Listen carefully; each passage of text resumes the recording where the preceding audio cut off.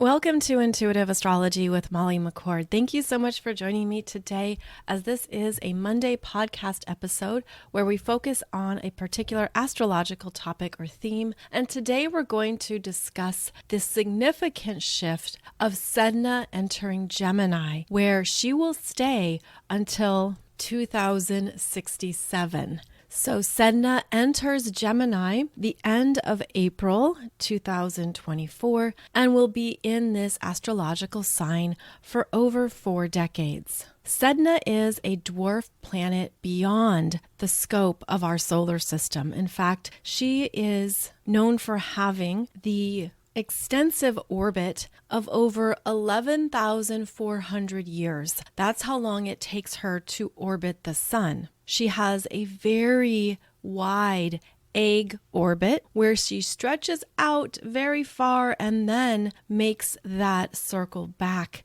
towards the sun. And this type of orbit is quite fascinating to track because it means that she also will spend significant periods of time in one astrological sign and then less time in other astrological signs, depending on where she is in her orbit. And so it is common for Sedna to spend centuries in one astrology sign as she makes that huge orbit away from the sun. And then as she starts to come closer to the sun, her time in an astrology sign is shorter. So even though to us, it's like, wow, she's going to be in Gemini for over 4 decades. 4 decades is a relatively short amount of time compared to the centuries she spent in previous astrology signs. So she enters Gemini, and she was briefly in Gemini back in 2023, where she literally just dipped her little toe in Gemini starting in June. That was June 16th, 2023 until November 22nd, 2023. Then she retrograded back into Taurus. And she has been in Taurus since 1966. So this is a big deal for Sedna to be changing astrology signs, to be moving forward into these new energies that honestly we're not familiar with. We don't know what this is going to bring about or bring up. When you're looking at these archetypal energies, you're going off of what the story holds, which I will touch on in a moment. We're looking at the themes of Gemini, of that astrological sign. We're putting the pieces together to create an understanding of what is possible with Sedna in Gemini. But the truth is we don't know because we haven't experienced this energy before. And in fact, the last time that Sedna was in Gemini would have been over 11,000 years ago. So we are entering into a very new period of energies, and there's going to be things coming up here that will certainly bring up themes around Gemini expressions, needs, and archetypal energies. Now, before I get into that, just want to offer you a quick review of the mythology of Sedna. Now, I have done a few podcast episodes previously on her energy. You can find those on my YouTube channel. Search for Sedna and Pluto, and that will lead you to those episodes. But Sedna is a powerful Inuit goddess who lived in the Arctic, was known for her survival in Arctic conditions, and the version of her story has slight variations. And so I'm going to share with you just one version, and there are other versions that exist, but they paint a picture of her general archetypal themes.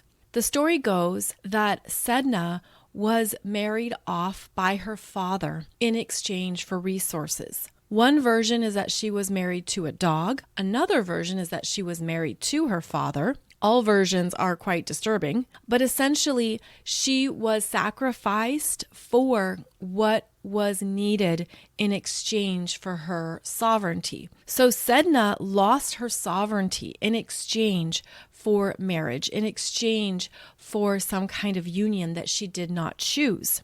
And one version of the story is that she was in a kayak with her father and he threw her overboard to save himself. And she tried to hold on to that kayak or canoe in order to save herself, and her father wouldn't allow it. Her father then cut off her fingers and she fell into the depths of the ocean.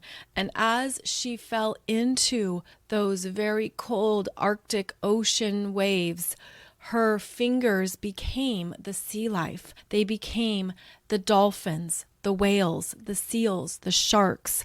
She became essentially one with the ocean. And so the mythology here is about not only the loss of sovereignty and sacrifice, it is about betrayal, anger, and pain.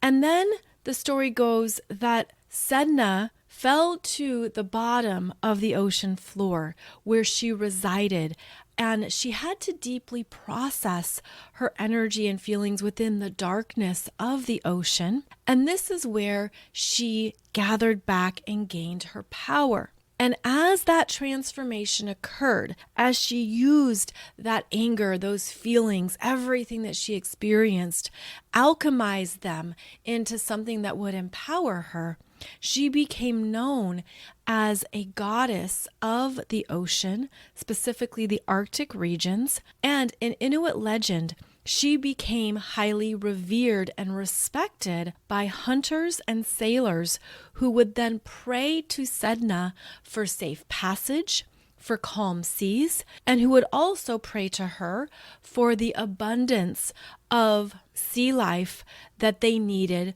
for survival.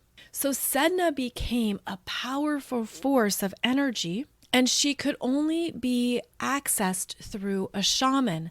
That's because she was also known as a deity, and she had superhuman powers and became an energy that was so influential, especially around the underworld of the ocean depths, that a shaman was known for being the one who could communicate with her, access her energy, ask for fair passage, ask for abundance and manifestation for whatever someone was seeking. They were essentially looking for Sedna's blessing because she was so revered for her powerful energies and influence. And so based off of the mythology and the story of Sedna, we can see how, first of all, it's not a great story. It's a horrible story that leads us into deeper themes around transformation, alchemy, empowerment, what we do with the energies and experiences we have, how we use them to develop ourselves to become more conscious, as well as develop the fearlessness that's involved when we have to go into the depths of things that are very dark and very uncomfortable.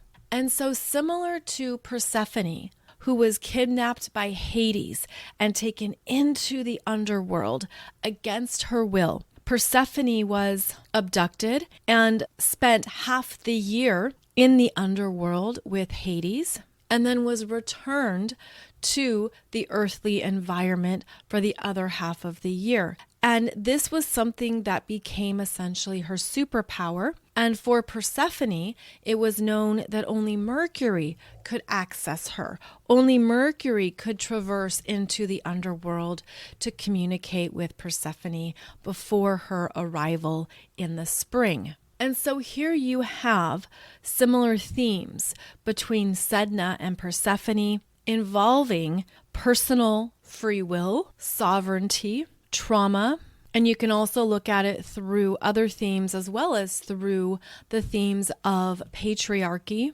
masculine and feminine, and so on. But what I want to focus on is that we have experiences that in the moment are horrible, traumatic, emotional, intense. They feel powerless. They bring us into the depths of some scary energies that we're learning to navigate. Although in the moment, we're simply in survival, right? We're just doing what we can to get through and to take things at more of that primal level of experience. Persephone went into the underworld of Earth. Sedna goes into the underworld of the ocean. And so as she moves into Gemini, she is actually more comfortable in water signs. So here she's moving into an air sign, which is about logic, intelligence, reasoning, language, what we think about, what we communicate about, what we're learning. And so here we have right away something coming up that Sedna wants us to dig into around our mental programming, around our mental abilities, and whether we're going deep enough into understanding what is hidden or has been hidden in the abyss of our unconscious. And we are going to be accessing more parts of ourselves through the underworld of our minds. Now, keep in mind that the Sedna energy is about transformation and alchemy, but that means we have to go through something that needs to be transformed, that needs to be alchemized. Sedna is a very slow moving energy. She only covers 1 degree a year, and then we'll go back and forth across that degree point very slowly. So even though she enters Gemini and gets to 0 degrees of Gemini in April 2024, she's still working with that degree point into 2026. So it's a very slow moving journey with Sedna. That means it takes time for things to come up. So think of it as whatever is at the bottom of the ocean, the depths of the ocean where it's very dark. We can't even see what is surviving there, what's living there. It then takes time for that energy to slowly rise up to the surface, similar to a scuba diver who can only come back up to the surface as slowly as the body can manage it. A scuba diver has to ascend slowly, maintaining a certain pace, working with the body's ability to rise underwater. And so Sedna is a slow ascension journey. Sedna moves slowly. She shows us where the energies rise slowly. And this could be quite interesting in Gemini, which is typically a fast-moving sprinter. Sedna is going to slow down the Gemini ascension process. It's going to ask us to slow down and think it through, to not make assumptions or to not leap to conclusions, and to make sure that we are continuing to pull in relevant information, important knowledge, to not overlook necessary details and data points. Gemini can be quite technical and quite focused on a process, how it will logistically operate and work. So Sedna in Gemini is going to bring up some discomforts in our own mental processing that we're going to have an opportunity to work through, to become more conscious of. But because it's a slower ascension journey, there will be things that will come to light that we'll see in a new way and we'll have to work through. This can certainly relate to mental health issues. This can relate to information we've had that is now being challenged. Information that we thought was the full story. Well, Gemini is about storytelling. And Sedna is going to rise to the surface new parts of the story, specifically the Earth's story, knowledge and information that has been kept hidden and underground about the Earth's overall story. We will be rewriting narratives of history. History will be evolving with Sedna in Gemini, and in fact, it could be deeply related to what has been in the ocean, what we haven't touched, what we haven't seen, what has been on the ocean floors, or even the new species and new cellular entities that we're going to meet or discover. Sedna, being an Arctic energy, means that when she moves into a sign, she starts to thaw the energy of that sign. It starts to melt. It starts to be released. And so that's where the hidden knowledge will come from.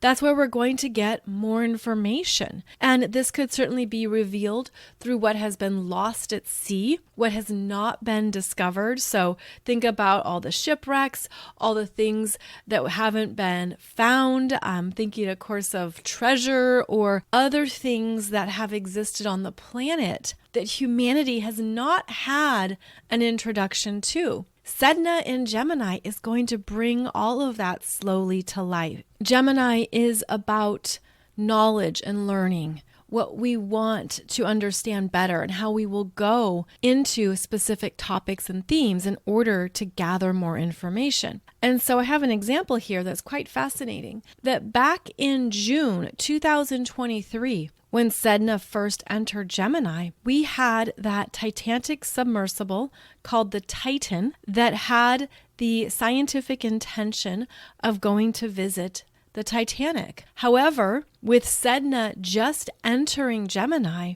it's almost like there was not permission from Sedna to voyage into the depths of the ocean. And unfortunately, 5 lives were lost through what is believed to have been an implosion of that submersible. So I find it fascinating that that event happened the very first week that Sedna entered Gemini, where she essentially shut down more information, more knowledge, and more discoveries related to the ocean floor and events in the ocean. So she rules scuba divers, snorkeling, spearfishing, anything done underwater, submarines, and so on and so forth. And so there's something here where Sedna in Gemini is going to potentially require our blessing and permission in order to gain more knowledge about the ocean, about what we haven't known before. And I feel too that this can open up new ways of communicating with sea life, with mammals, with fish, and any beings, any entities in the sea and in the ocean. Perhaps Sedna in Gemini will open up what we haven't known before about communicating with sea life, as well as the language to use and understanding about what is being communicated. Sedna moving into Gemini brings alive not only all forms of communication, understanding, and gaining knowledge, it also opens up what we are doing on a daily basis. Our daily errands, our daily life, where we go in a day. And is it healthy for us, or are we being drained?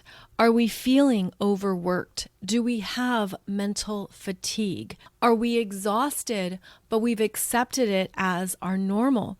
There are energies here that are going to have us look at our unconscious programming to also understand more about how the mind works, how we can take care of ourselves even better, and even the effects of all of our daily activities on our brain, and more specifically, the effects of our phones, electronics, computers, how that is changing our neural programming for better or for worse, how it can now be difficult to settle the mind, where you might find that you have this unconscious habit or pattern to just look for something, sort of like you feel your hand just naturally reaching for your phone, or you're reaching for the remote control to turn on the television, or there's something that you're mentally seeking in order to fill in a void, or if there's a lot going on, you've got a lot of anxiety, a lot of stress, a big to-do list.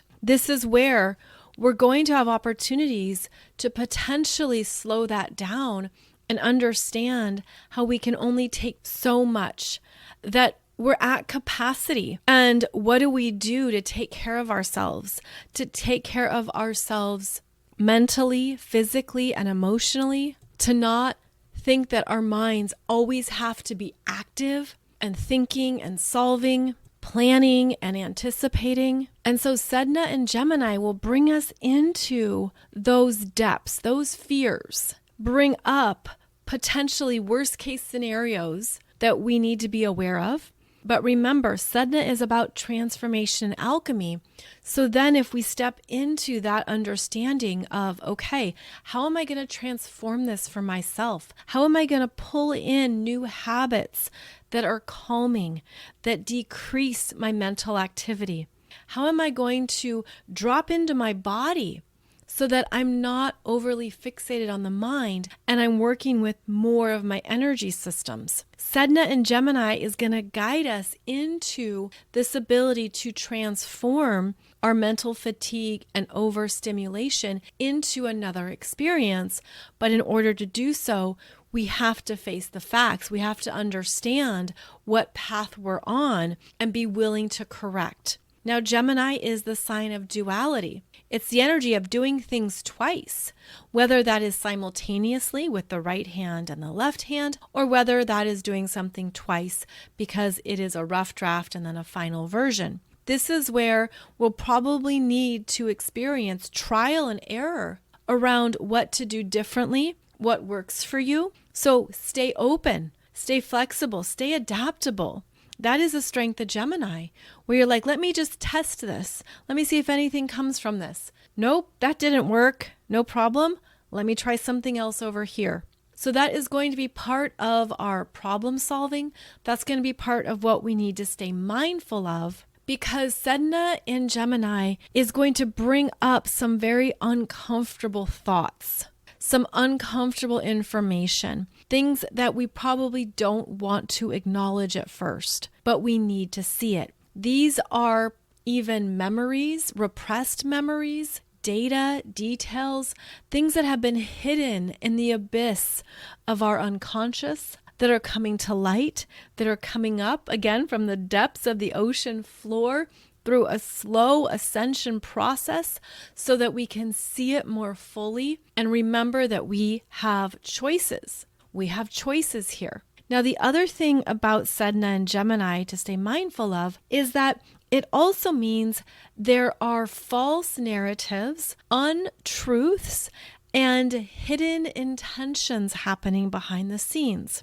And that is part of the darker side of Sedna and Gemini, where we don't know the full agenda. The full story is not revealed. So we have questions, we have inquiries, and we're meant to stay curious. We're meant to stay mentally open to what we don't know yet, and to also understand that we aren't only our minds. We have not only our physical selves, but our intuition. And so I feel like this could be a rising of intuitive understandings that the mind might be seeking to compartmentalize. The mind could feel challenged by an intuitive knowingness. Let's say you have had an opening in your clairs, your claircognizance, your clairsentience, your clairvoyance, whatever it might be. That can take time to fully trust, especially if it's fighting your rational or logical mind. Well, Sedna in Gemini is going to bring up some things to really assess and understand, but you might find that your intuitive self already has an understanding, already knows an answer, has already tapped into something that you feel is truthful. So we could have this back and forth that we're dancing between. This energy spectrum can feel quite wide, like a giant energy spectrum. And then we're understanding, okay, I could overthink this. I could have tons of questions. I might have a lot going on, but what feels honest and true to me? And that probably won't be from the mind. It'll probably be from your intuition, your spiritual senses, or something else that's operating at a higher frequency than the mind. Sedna and Gemini is going to reprogram how our brains work. It's going to change the type of language we use. It's going to shift how the mind works and what we rely on the mind for. And I realize those are big statements. Those could sound ridiculous. That could sound implausible. But Sedna and Gemini is also trining Pluto in Aquarius. These are both strong air signs connected to communications, thinking, processing, and the mind's abilities. They are deeply transformative energies. And as they make a trine, we're opening up into new potentials for communication that is significant in human evolution. That's where we're at. We are opening up into a new paradigm in human evolutionary growth. Because Sedna moves so slowly, Sedna will be at 0 degrees, trining Pluto in Aquarius, July 18th to September 1st, 2024, and then again, November 19th to December 30th, 2024. So basically the second half of 2024, we have Sedna in Gemini trining Pluto in Aquarius. And then it does extend into 2025, although it's not an exact trine, but it's still within orb. So the second half of 2024 is going to bring about developments that will have long-reaching and long-term effects on human evolution and humanity. Now, we're already aware of AI, artificial intelligence. We're already aware of its existence, of where it's implemented, also where it hasn't been disclosed that it's implemented, where it's already working behind the scenes. AI is being trained in various industries, workplaces, professions. Basically, I'm seeing nearly all areas of life are being tested with different artificial intelligence options. And this is happening behind the scenes. It's hidden. We don't fully see it. Again, it's not disclosed, but it's happening. In fact, keep in mind that when something is debuted publicly, it's because it's already been tested, perhaps for years before it's revealed to the public. And a lot of testing can occur through private funding, as well as through military and defense budgets and testing facilities. So when things come forward and they say, we're doing a Neuralink programming test on our first human patient, well, keep in mind, that's just what's disclosed publicly. How many people was it tested on where it didn't work? It wasn't operable. It didn't happen successfully. It could be the first clinical trial for the public. But keep in mind, there's a lot that's not disclosed, hidden agendas, confidential, behind the scenes in order to understand and work with this programming.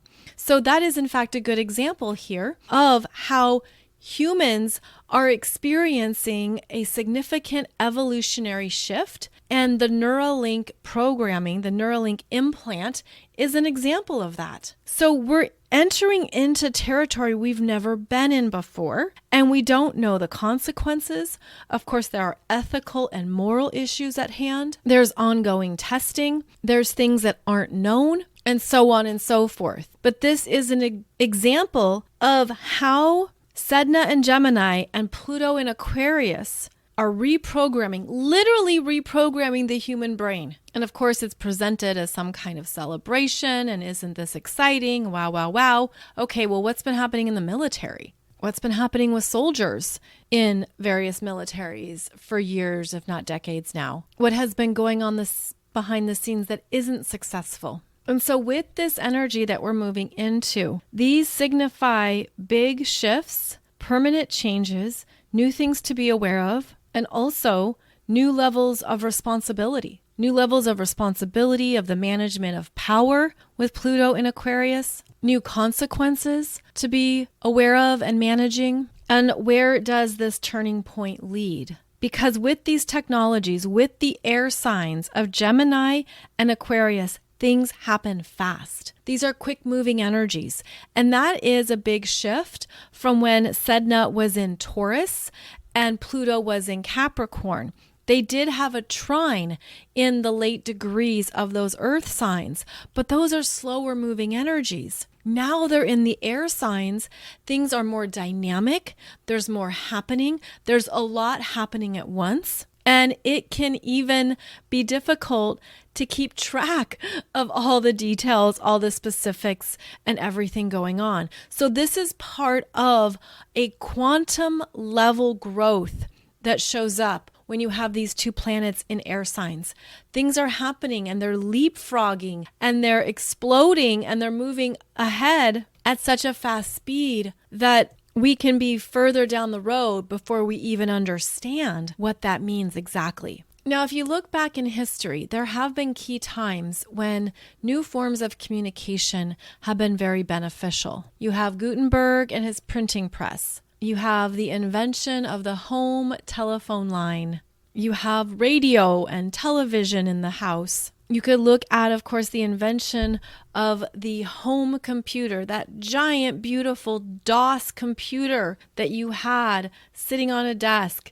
Heavy, mammoth, but look at that. Look at those green digits and letters on that black screen. I remember this because my dad had one, and it was like having this weird, foreign, loud entity downstairs. It was like, what is that? It's a home computer? What do you do with it? Well, now, of course, we have our phones, our smartphones, everything on our phones. So it's safe to say that developments in communication have benefited humanity, have brought about significant benefits and leaps forward. But now we're at this new threshold that is impacting humanity's evolutionary trajectory, and we're really going into foreign territory with unknown problems and consequences, as well as, of course, beautiful, advantageous developments and rewards. And so part of our personal responsibility here, because obviously this is a huge topic, this is a huge area that is affecting each of us at an individual level, it comes back to your individual responsibility and how you personally want to implement these new technologies into your life. You might feel like you don't have a choice, considering the 5G, 6G, and 7G frequencies that are surrounding the planet, and even how those frequencies are affecting sea life, are affecting animals, are affecting migration habits and primal senses, and interfering with what has been the natural habitats and organic environments on our planet. Now we have artificial intrusions that are continuing to grow and escalate and become more commonplace. And so we have to maintain our own level of personal responsibility. But this also brings up the story of Sedna, where she didn't have sovereignty. She didn't have her personal will, and instead was deeply traumatized and victimized by other powers in her story. I think that this focus on air signs, Sedna and Gemini, Pluto and Aquarius, means we're going to have to really think things through and not just buy in to what's exciting or what is possible, but to understand the pros and the cons and the long-term effects. Pluto in Aquarius is changing the long-term consequences on this planet. It's bringing us into more futuristic, or what we would consider futuristic experiences and timelines. And the energy is going to continue to accelerate and pick up. So you can look at what choices you want to make in your Gemini energies, what you want in your daily environment to be a part of your immediate world, how you want to communicate and use technology, use communications, what is correct for you. And perhaps that is something you go back and forth on as well, because there are things that might not feel like you have power over. For example, the smart meters that are now on homes. Those are something that have been installed by local governments, local perhaps mandates. And if you wanted to have that taken off your home, maybe you have to go through a certain procedure and whatnot. I know nothing about having them removed, but it's an example of how these new technologies have become commonplace and are existing in our daily environments where we don't even notice them at times either. Both Sedna and Pluto in these air signs means that we also have opportunities to open up our communication skills, to go higher in what we are seeing. I'm seeing this as openings in the third eye chakra, really blasting open, becoming more visceral and more clear, perhaps even sensing that you're able to tap into more ways of communicating with people, either through images or through accessing other timelines.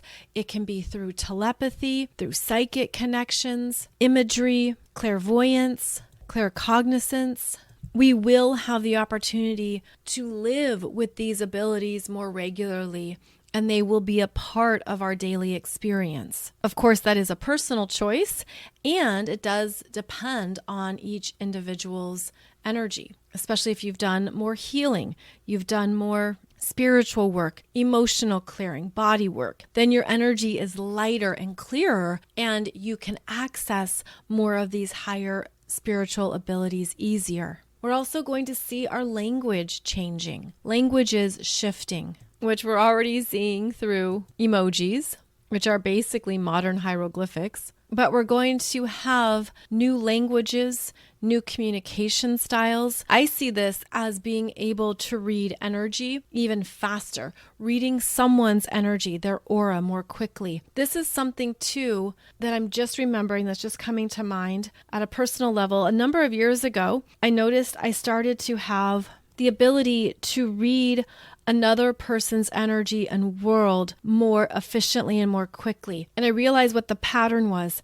They would say a keyword, some kind of keyword. And keep in mind, I never expected it. I was never looking for it. But they would say a keyword, and it was similar to a microchip. And I would receive that keyword that they said in a sentence or whatever the case may be.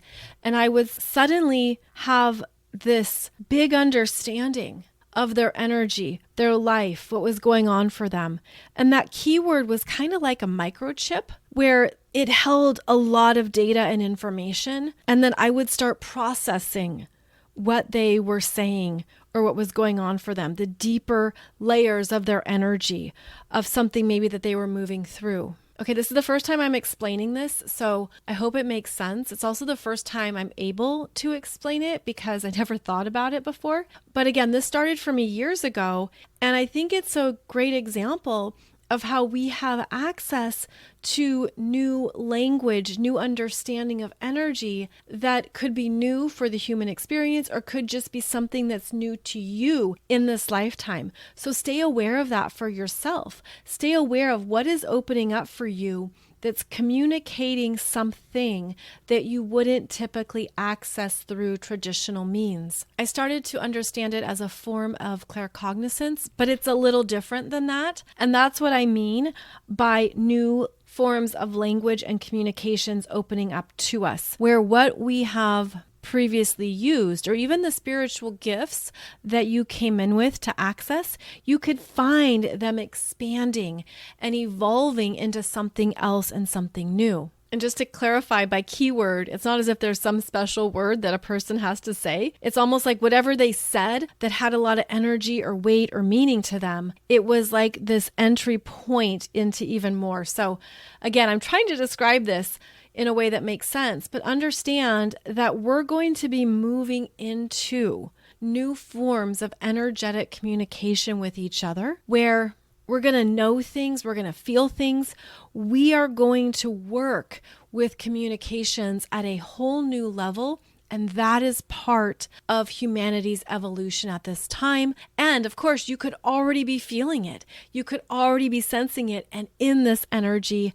And now you realize that's what it is. That's what's been going on. I've been receiving these downloads about these new communication gifts and new ways of understanding energy. So Sedna moving into Gemini is going to bring us into the depths, into the underbelly, and again, that deep abyss of hidden Gemini expressions, which can be the trickster, which can be duplicity and inconsistency, which can be not knowing what to believe or what to think, an overwhelm of information, and you don't know what is the truth. Sedna and Gemini is also then going to be slowly ascending us through these Gemini themes so that we rise to the surface with more expertise and knowledge around Gemini expressions, what it means to be more mindful and truthful, what it means to be more conscious of not only our communication, but our mental patterns. And so this will be an extensive theme that we're moving through again into 2067. Now, one more thing to note as I'm recording this in April 2024, we're going to see Jupiter move into Gemini about a month after Sedna does.